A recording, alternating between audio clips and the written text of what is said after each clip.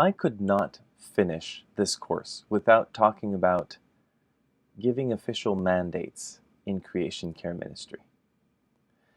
And this is really important because if there's no mandate, if there's no person in charge of this ministry, how is it really going to happen? How is it going to feel official or valid?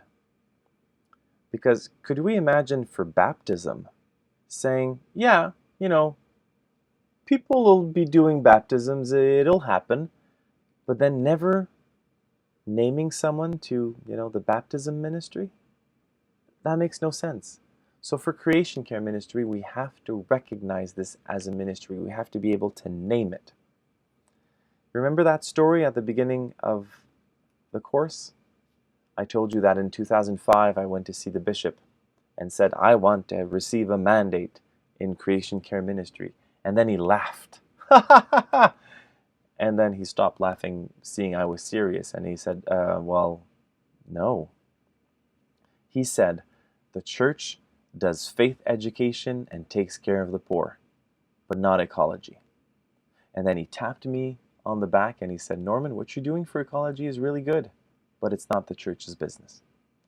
Okay, this seemed to be very clear in 2005. And I kept on being slightly annoying, and every year bring this back to his attention and saying, creation care is important, and I'd like to be doing this in the diocese. And so he said yes. He said yes in 2011, on the feast of St. Francis of Assisi, no less, on October 4th. He said, okay, I'm giving you a diocesan mandate of creation care ministry. And I was the first in Canada, in the Catholic Church, to receive this ministry. And I've been continuing to nurture it and continue it in many places in Canada. So in this idea of a mandate, which is important, well, here's what the list of tasks would look like for a parish mandate. Support the parish green team, or establish one if necessary. Work with the different committees, such as liturgy, catechesis, social justice, the wardens, in order to carry out activities on the 3 pillars, which are action, education, and spirituality. Get in touch with a local environmental group in order to offer collaboration, such as an awareness campaign or participation in an event. Organize a Sunday celebration on the theme of creation 2 to 4 times a year.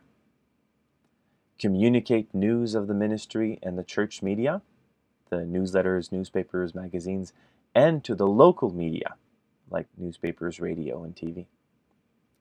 Make contact with the environmental groups that offer their services in the parish, because they know the issues and the solutions. Then, for a diocesan mandate, the list of tasks is slightly different. Organize 1 training session per year so that the staff is on the lookout for tools and can experience a refresher course on the theme of creation. Communicate news of this ministry in the church media and in local media, mass media even. Offer a special liturgy on the theme of creation for a given Sunday in all the churches of the diocese. Make contact with environmental groups that offer their services in the territory of the diocese, because they know the issues and the solutions. This list should be made available to the pastoral team. Spread major awareness campaigns that can mobilize the faithful. And become a reference for the councils of the fabrique, the wardens, the stewards of the church that are looking for alternative energies or other solutions. And when I talk about the parishes and the dioceses, I should not forget the religious congregations. So here are just a few ideas. For a provincial house, see the tasks for a diocesan mandate. And for a local house, see the tasks for a parish mandate. For a contemplative community, try to organize retreats on Christian ecology since it's probably located in a beautiful area that inspires wonder. And for a missionary or apostolic community, to organize environmental education that is in harmony with the charisms of that congregation.